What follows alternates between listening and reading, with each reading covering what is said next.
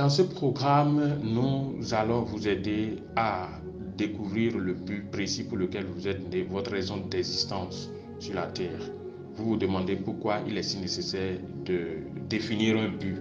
Je vous dis, nous sommes dans un monde de distraction où les publicités vous sollicitent, les réseaux sociaux, la famille, les amis, le service, les collègues, les patrons vous sollicitent. Si vous ne définissez pas, vous ne connaissez pas un but précis pour lequel vous devez vivre, je vous dis, vous ne pouvez pas non seulement accomplir la destinée, mais encore vous ne connaîtrez pas le succès. Tous ceux que vous pouvez nommer comme célébrités de par le monde entier, tous ceux qui vous considérez comme des succès sont des gens qui ont été amenés à un moment ou à un autre de leur vie à choisir de vivre pour une chose et une seule chose, à définir un couloir précis. Donc si vous voulez réussir, vous devez faire comme eux en définissant un but précis. Je sais que l'aspiration la plus cachée et caressée de chaque homme, c'est de réussir. Mais vous ne pouvez pas réussir en embrassant tout à la fois. Vous devez réussir en définissant un but précis, en marchant dans un couloir précis, sur une piste de vie précise. Et ça fera toute la différence. Donc, nous allons vous aider à découvrir surtout le but pour lequel vous êtes né. Ce que nous sommes en train de faire ici se diffère de ce qu'on peut faire ailleurs dans la mesure où nous vous aidons non à définir une ambition qui est en réalité un objectif personnel que vous définissez, non, mais plutôt à découvrir la raison d'être, votre raison d'existence, pourquoi vous êtes ici. Il y a un but inné qui est déjà en vous avant que vous ne soyez ici, parce que Dieu vous a façonné pour un but, pour régler un problème personnel. Nous allons vous aider à extérioriser ça, et c'est ça qui fera que vous allez vivre pour l'essentiel, et vous allez donner aussi satisfaction à votre Créateur dans la mesure où c'est le fabricant d'un produit qui détermine sa performance ou son efficacité. Donc, si vous voulez réussir selon les règles de la société, il n'est pas exclu que vous ne soyez pas vraiment une belle réussite du point de vue de votre fabricant, qui est en réalité la vraie personne qui puisse vous indiquer si vous avez réussi.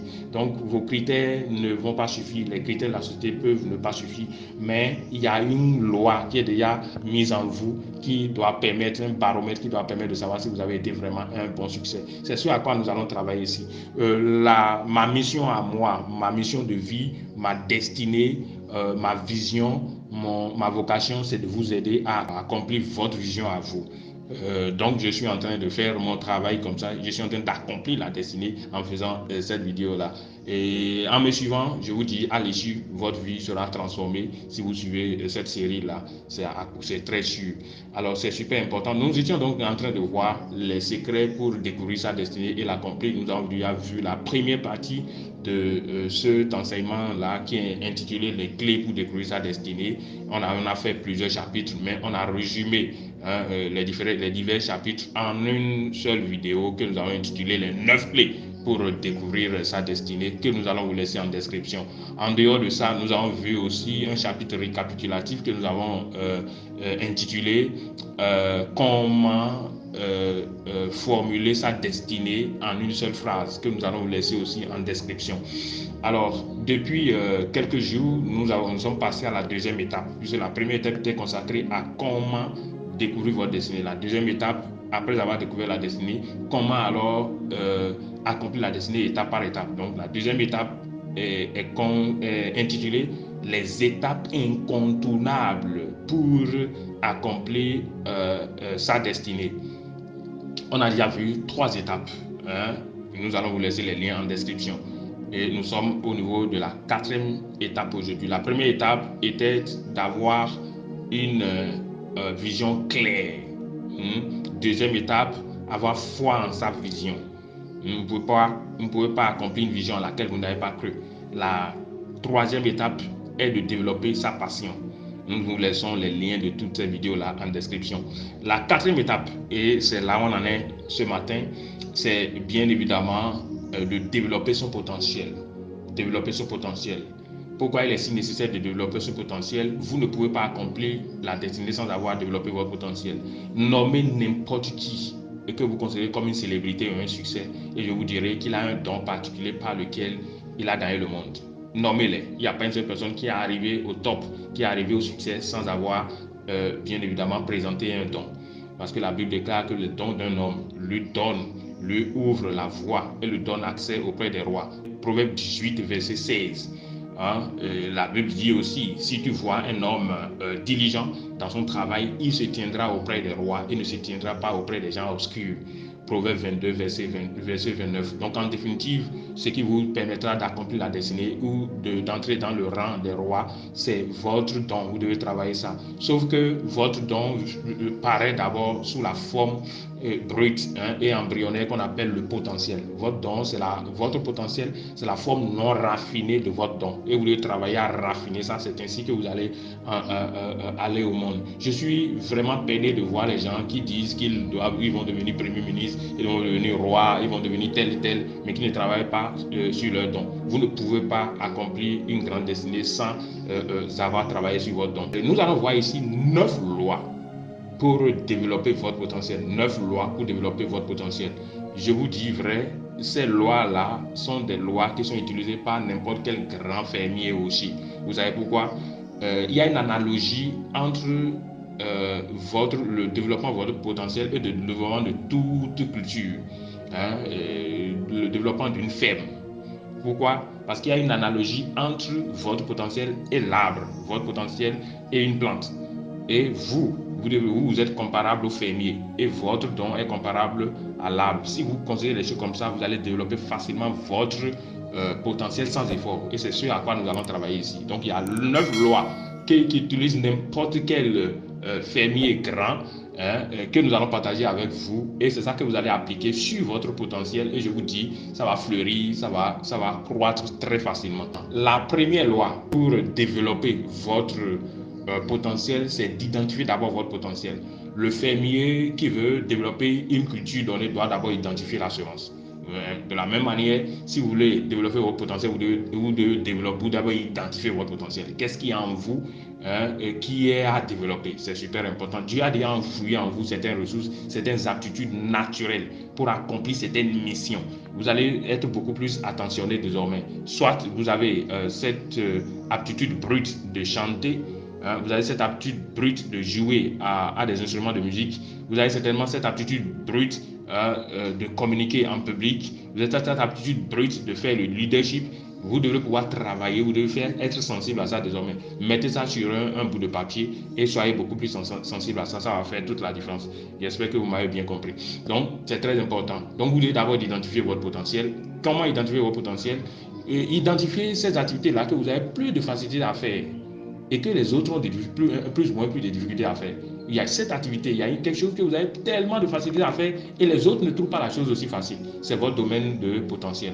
Commencez par faire attention à ça. Mettez ces choses-là par écrit. Combien ça fait? Il faut essayer de les mettre par écrit. La première étape donc pour développer votre potentiel, c'est d'abord de l'identifier. Joseph avait identifié son potentiel. Il était un interprète de songes et c'est ça qui l'a amené, il a développé ça, c'est devenu un don et il a servi ça au roi. C'est ça qui lui a permis d'entrer au palais. Donc vous allez lire ça dans le Genèse 37, n'est-ce pas? David était un musicien, il était aussi un guerrier, il avait aussi de l'aptitude pour gouverner. Ça, c'était à l'étape embryonnaire. Il était encore adolescent quand il avait constaté toutes ces choses-là, mais il a travaillé ça jusqu'à ce qu'il est devenu roi. 1 Samuel 17 nous en parle. Jésus, à l'âge de 12 ans, était rempli de sagesse. La Bible nous en parle dans le livre de Marc 2. Il était déjà au palais, il discutait avec les grands, avec les enseignants, les docteurs de la loi. Il leur posait des questions de curiosité. Les gens étaient frappés par son intelligence, sa sagesse vis-à-vis des Écritures.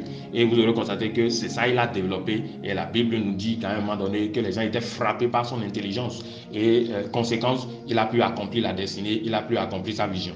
Donc vous devez pouvoir faire attention à votre potentiel, à ces aptitudes naturelles que vous avez aujourd'hui, que les autres n'ont pas, et faites attention à ça, listez-les et commencez par faire attention à ces aptitudes pour pouvoir les développer. Donc la première étape pour pouvoir développer votre potentiel, c'est d'identifier votre potentiel. La deuxième étape pour développer votre potentiel, c'est de connaître clairement votre vision ou votre but. Vous savez quoi? Votre potentiel est fonction de votre but. Votre potentiel, c'est comme un instrument pour accomplir votre destinée. Si votre destinée est semblable à la destination, votre potentiel est plutôt comparable à un véhicule. Le choix du véhicule est fonction en réalité de la destination. Si vous devez aller en France, vous n'allez pas prendre quand même un taxi moto. Vous comprenez un peu? Donc, si vous voulez développer votre potentiel, vous devez savoir d'abord là où vous allez. C'est par rapport à là où vous allez que vous allez travailler sur votre potentiel. J'espère que vous m'avez bien compris. Et le fermier fait la même chose. Parce que, par exemple, un fermier qui sait que son produit doit être vendu à l'international, il a un comportement conséquent. La quantité qu'il produira est fonction donc de cette vision qu'il a. Si c'est au niveau local qu'il doit vendre, écouler ses produits, son comportement change. Il n'investit pas trop. Il investit la mesure qu'il convient. Vous comprenez donc le développement donc de sa ferme, le développement de sa forêt ou de sa ferme est fonction donc du but à atteindre. Donc vous devez d'abord connaître votre but et vous devez constater que c'est ce à quoi nous sommes en train de travailler de façon globale. Si vous êtes avec nous, vous allez finir par découvrir votre but de façon globale. Mais ici, nous sommes en train de voir comment développer votre potentiel. Donc, si vous voulez développer votre potentiel, il est impératif que vous connaissiez vous connaissiez clairement votre vision. Et c'est par rapport à ça que vous allez développer le potentiel. La Bible nous dit que le travail de l'homme le fatigue parce qu'il ne sait pas comment aller en ville. Ecclésiaste 10, verset 15. Donc, imaginez quelqu'un qui est qui a le don de leadership. Il doit savoir est-ce que Dieu l'a appelé à devenir maire. Dieu l'a appelé à devenir, disons, un chef d'entreprise. Dieu l'a appelé à devenir le président de la République ou à devenir un fonctionnaire international. Je vous dis, la réponse à ces questions-là sera déterminante pour développer son potentiel. Donc, vous ne pouvez pas développer votre potentiel quand le but n'est pas connu. Donc, vous devez travailler à connaître le but. Vous avez compris? Le comportement change selon que vous êtes appelé à tel ou à tel. Donc, vous aurez les mêmes aptitudes pratiquement, sauf qu'il y aura une particularité compte tenu de la destination de chacun. L'un va développer plus son potentiel, l'autre le développera moins compte tenu de l'appel de chacun. Donc c'est très important. Donc la deuxième loi pour pouvoir plutôt développer votre potentiel, c'est de connaître clairement votre vision ou votre but ou votre destinée. La troisième loi pour développer votre potentiel, c'est de développer votre passion. Vous savez, la même chose arrive pour le fermier. Lorsque le fermier met en terre la semence, la deuxième chose, c'est que le lendemain, il ne dort plus. Il est obligé de revenir. Il y a une passion, il y a un plaisir à voir croître en réalité sa semence. Donc, c'est ça qui est la passion. C'est comme du carburant qui vous permet de pouvoir tenir jusqu'à ce que vous voyez la croissance totale de ce que vous avez mis en terre. Donc, c'est valable pour vous et vous devez pouvoir faire attention à votre passion. Parce que si vous avez une destinée à accomplir, vous la connaissez. Et si vous avez un potentiel à développer, vous aurez constaté qu'à un moment donné, vous aurez envie d'aller dans ce sens-là. Vous allez prendre plaisir à voir toutes ces choses-là se croître. Faites attention à ça. Je crois qu'on a déjà fait une vidéo sur comment développer sa passion. Et vous allez essayer de voir ça de l'autre côté. Donc, développez votre passion. Soyez sensible à votre passion. Parce que votre passion va vous donner du plaisir à pouvoir développer non seulement votre potentiel, mais encore votre vision. Donc, vous devez pouvoir prêter attention à ça.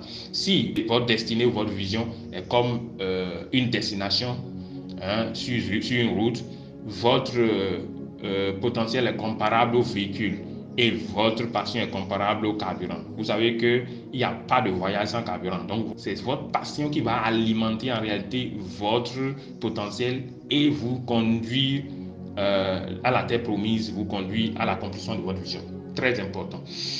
Alors, la quatrième loi pour plutôt développer votre potentiel, c'est de connaître les lois et interdits de son potentiel. Quand vous prenez le fermier, ce qu'il fait, s'il veut planter, il veut semer de maïs, vous aurez constaté que ce comportement n'est pas le même que s'il veut par exemple produire du riz. Pourquoi? Parce qu'il connaît les règles de chaque semence. On sait qu'en 2 mois et demi, on peut avoir le maïs. Ça dépend aussi.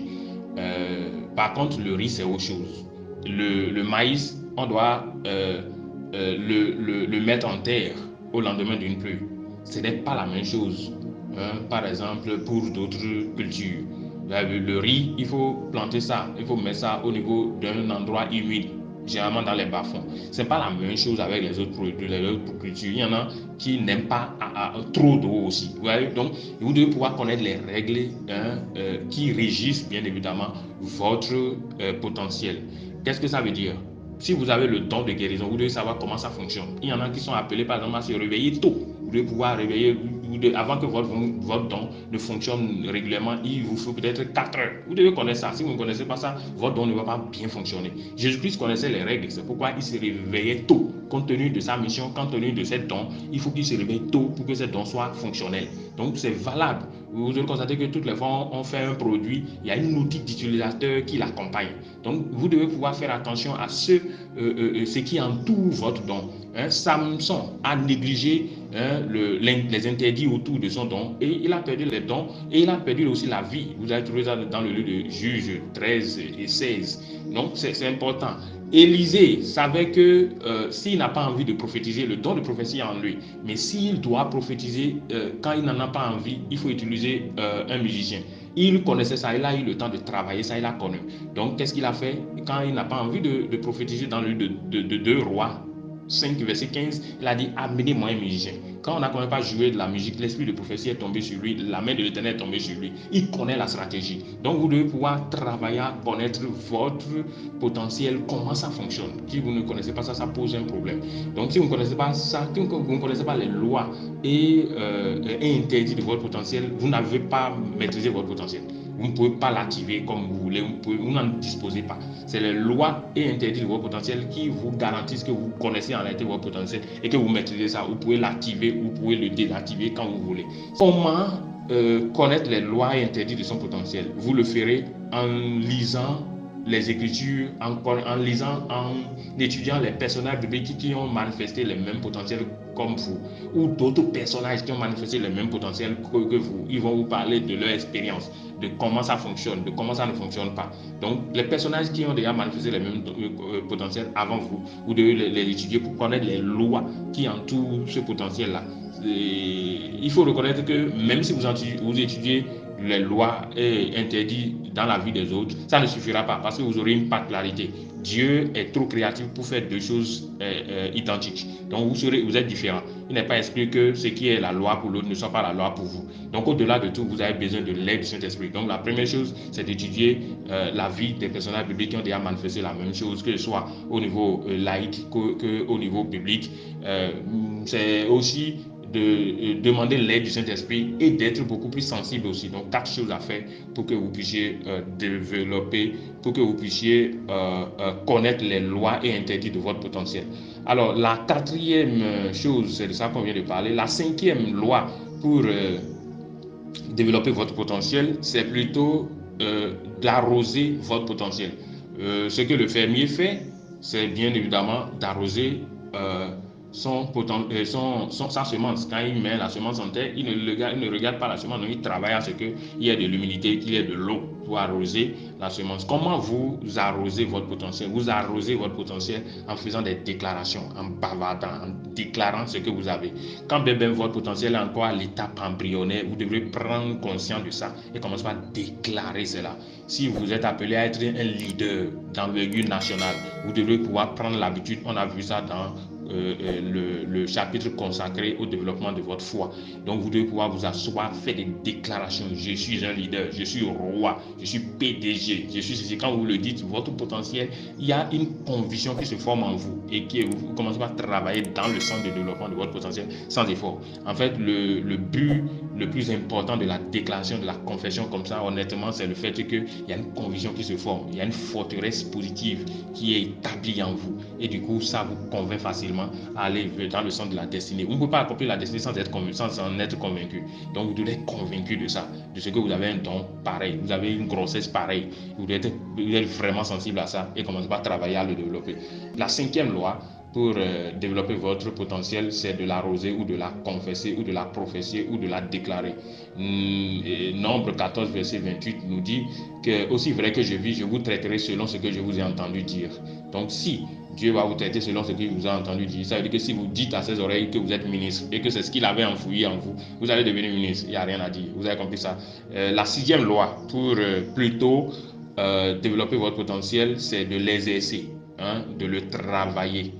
Vous avez vu ça? Qu'est-ce que ça veut dire? Cela consiste tout simplement à utiliser ça. Si vous sentez que vous avez le don de la rhétorique, vous avez le don de parler en public, vous avez le don de leadership, commencez pas à exercer ça. Commencez pas à vous retrouver dans les petits cercles où les gens ont besoin de ça. Vous avez compris ça? Donc, vous devez exercer ça. Un peu comme un athlète ne devient pas un athlète d'envergure mondiale en une seule journée. Vous devrez pouvoir exercer le don qui est en vous. Vous devrez travailler à son développement au quotidien. Et c'est plus vous travaillez ça avec des erreurs, des déchets et autres, vous aurez constaté que ça va commencer par se parfaire. Ça va devenir plus percutant. Aujourd'hui, je vous prêche, je vous parle.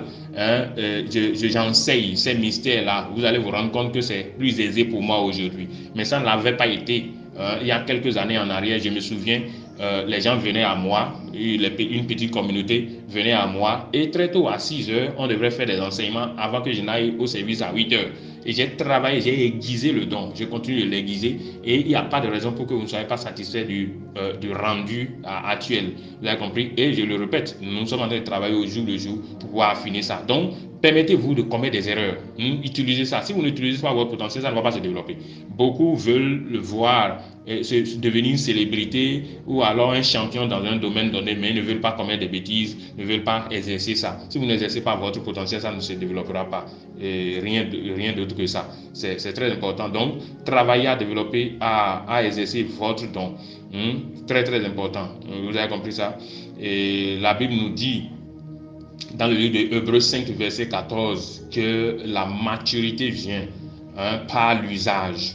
Vous allez voir le contexte. Donc, la maturité vient par l'usage. Utilisez ce que vous avez déjà, les ressources que vous avez appliquées, utilisez ça. Si vous avez le don de prophétie, commencez. C'est que vous avez une révélation, partagez ça avec les autres. Trompez-vous.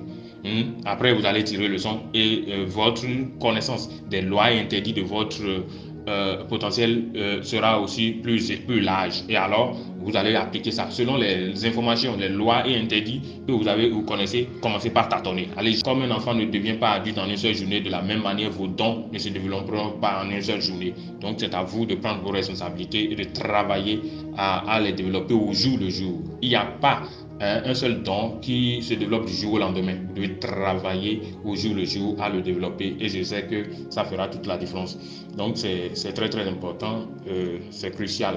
Alors la 7e loi pour développer votre potentiel, c'est de servir votre potentiel librement aux autres.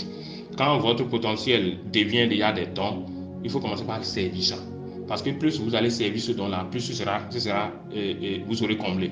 Parce que Dieu, en réalité, remplit les gens qui sont vides. Si vous êtes déjà plein, vous ne serez pas rempli. Donc, si vous êtes plein de vos dons, il n'est pas exclu que Dieu ne vous remplisse pas. Mais si vous êtes vide, videz-vous. Le fermier fait la même chose. Comment il fait la même chose? Il fait la même chose lorsque, par exemple, en saison, vous aurez constaté qu'il donne, il vend, il brade pratiquement le fruit, il remet, et pour que très vite, il puisse avoir d'autres ressources. Donc, si vous ne vous libérez pas des fruits présents, vous n'aurez pas d'autres fruits. Donc, à un moment donné, si c'est un manguier que vous avez, il faut débarrasser l'arbre, d'autres mangues vont se produire. Vous avez compris ça? Donc, vous avez regardé que le fermier est obligé de brader pratiquement. Surtout, il y a des moments où sur le marché, il y a tellement de fruits en saison. Alors, il est obligé de brader ça, sinon ça va pourrir. Donc, si votre don n'est pas utilisé, ça va pourrir.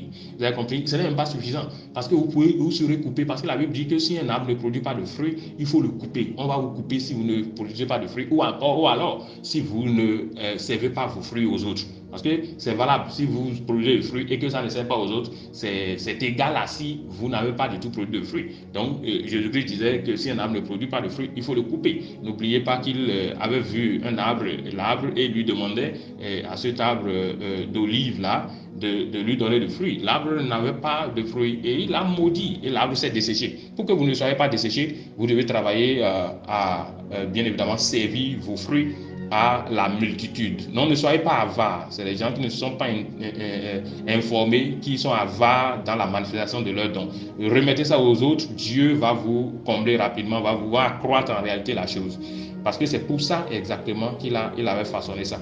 Toute créature a une finalité de servir les autres. Donc si vous ne comprenez pas ça, vous allez beaucoup souffrir. Et la Bible nous dit dans le livre de Matthieu 23, verset 11, que le plus grand d'entre vous soit un serviteur. Donc si vous êtes un serviteur, vous allez grandir. Si vous n'êtes pas un serviteur, vous ne serez pas béni. La 8e loi pour pouvoir développer son potentiel, c'est de replanter son potentiel. Qu'est-ce que cela veut dire? Vous devez pouvoir travailler à la mentalité de la relève. Je sais que nous sommes dans un contexte africain où les gens ne partagent pas leurs dons. Ils gardent ça, ils meurent avec. Ce n'est pas, c'est anormal. Vous n'êtes pas fait comme tel. Vous devez vous comporter comme l'arbre. L'arbre, pour être présent dans nos générations, l'arbre est obligé d'offrir de semences qu'on remet en terre. Le fermier, c'est ce qu'il fait, il identifie le fruit de l'arbre et il remet ça en terre. Sinon, l'arbre, à un moment donné, va disparaître. Donc, si vous devez pouvoir développer la mentalité, bien évidemment, de la relève. Pensez à nos générations. Quand vous êtes en train de travailler maintenant, trouvez des gens qui seront à côté de vous pour apprendre ce que vous connaissez, pour qu'on puisse voir les fruits de votre arbre dans l'autre génération. Sinon, on ne vous verra plus, on ne verra pas et c'est anormal. Ce n'est pas normal. Nous sommes dans un contexte africain où ce que les gens disent là paraît bizarre, mais c'est ça la vérité. Vous devez pouvoir paraître dans l'autre génération et cela passera par une bonne relève. Commencez par préparer les gens, commencez par coacher les gens. Développez bien votre potentiel aujourd'hui. Soyez jaloux en le développant, mais n'oubliez pas de commencer par préparer une relève qui va manifester les mêmes dons dans l'autre génération. C'est super, super important. Et la 9e et dernière loi pour développer votre potentiel. Vous aurez constaté pour ce qui concerne la 8e loi que Abraham, Isaac, Jacob, Moïse ont préparé une relève. Ils ont transmis le germe de leur potentiel à l'autre génération. Vous allez lire ça pour le cas d'Abraham dans le livre de Genèse 24, à partir de verset 1 à 8, Isaac, Genèse 27, Jacob, Genèse 48, Moïse, Deutéronome 31 et 33 et autres. Jésus aussi, dans le de Matthieu 28, verset 18 à 20, vous avez constaté qu'il a transmis en réalité sa mission à ses disciples. Donc c'est très très important. Paul a transmis sa mission à Timothée, 1 Timothée 1, verset 6, 1 Timothée 4, verset 14. Bref, vous avez compris ça. C'est très très très important. Alors la 9e loi pour plutôt développer votre potentiel, c'est de rester connecté à la source du potentiel. Alors, qu'est-ce que quelqu'un me dit, qu'est-ce que ça veut dire? Vous savez, l'arbre est connecté au sol et c'est la condition pour l'arbre de survivre. Le poisson est connecté à l'eau, c'est la condition pour le poisson de survivre. Les oiseaux sont connectés au ciel, c'est leur condition pour survivre. Si toutes ces créatures sont connectées à leur source pour pouvoir survivre, vous-même, vous devez être connecté à votre source pour pouvoir survivre. Vous savez, quand vous prenez l'arbre, vous aurez constaté que dans les premières heures de sa coupure, il peut encore avoir les feuillages verts. Mais c'est une question de temps. Au bout de 48 heures, au bout d'une semaine, un mois, on va se rendre compte de la différence. Peut-être qu'aujourd'hui, vous êtes en train de survivre sans votre créateur. Votre don ne peut pas se développer sans le créateur. C'est lui qui a fouillé ça en vous. C'est lui qui a la notice. C'est lui qui peut vous aider à découvrir, à savoir comment ça fonctionne, comment ça ne fonctionne pas. Donc la notice est avec vous, avec lui. Vous avez compris? Donc c'est ensemble avec lui que vous pouvez développer ce potentiel-là. On ne peut pas le faire seul, pour dire vrai. Maintenant, si vous le faites autrement, je vous dis, la version que vous allez développer ne sera pas la version originale. Ce ne serait pas la vraie. Parce qu'il n'a pas mis sa touche pour dire non, va à gauche, ne va pas là. Non. Il y a beaucoup qui ont développé le potentiel, même de par le monde entier. Mais ce n'est pas la bonne version. C'est parce que Dieu veut qu'ils développent. Ils ont développé une version qui n'est pas déjà mal du point de vue des humains, qui n'est pas déjà mal de leur propre point de vue, qui leur fait déjà du bien, qui leur rapporte de l'argent. Mais tant que vous ne serez pas connecté à l'auteur des choses, vous ne pouvez pas connaître la version originale de ce que vous êtes en train de porter, de cette grossesse-là qui est en vous, de ce don qui est en vous. Donc, travaillez à marcher avec lui et c'est lui qui peut vous permettre d'accomplir la destinée ou surtout de développer votre potentiel comme cela convient. La Bible nous dit que le juste est comme un arbre planté au bord d'un fleuve. Psaume 1, verset 2. Psaume 92, verset 14 à 15 nous dit aussi quelque chose de ce genre-là. N'oubliez pas aussi que Jésus disait, je suis le cep, vous êtes les sarments. Sans moi, vous ne pouvez rien faire. Jean 15, verset 5. Donc, si vous êtes déconnecté en réalité de votre source, qui est Dieu, vous ne pouvez pas accomplir la destinée comme convient. Vous n'allez pas développer le don. C'est lui qui enfoui le don en vous. C'est lui qui sait comment le développer. Vous pouvez développer une version tronquée de votre don. Et bon, ça suffira déjà du point de vue humain. Ça suffira déjà du point de vue des hommes et de vous-même. Ça peut être déjà un succès, mais ça peut ne pas suffire du point de vue de celui qui vous a créé. N'oubliez pas, je l'ai dit et je ne le dirai pas assez, que le fabricant, c'est lui qui détermine la performance, qui détermine la réussite du produit. Ce n'est pas le produit. Donc les critères humains de réussite ne suffiront pas. Il faut que vous réussissiez selon les critères de Dieu. Comment être connecté à la source? En faisant deux choses. En priant régulièrement et en obéissant aux instructions de Dieu. Nous allons faire ce développement-là plus tard dans la suite de l'enseignement. Vous êtes tout simplement bénis au nom puissant de Jésus-Christ. Nous sommes à l'issue de cet enseignement-ci. Si vous n'êtes pas encore connecté à notre chaîne, c'est le moment de le faire. Connectez-vous pour que vous puissiez avoir des notifications et que vous suiviez le cheminement avec nous. Si vous voulez découvrir votre but précis, votre destinée et autres, vous voulez accomplir la destinée, je vous dis, suivez-nous jusqu'au bout. Suivez-nous, c'est une série d'enseignements. Suivez-nous et ça va faire toute la différence. Vous êtes bénis au nom de Jésus. Amen, amen et amen.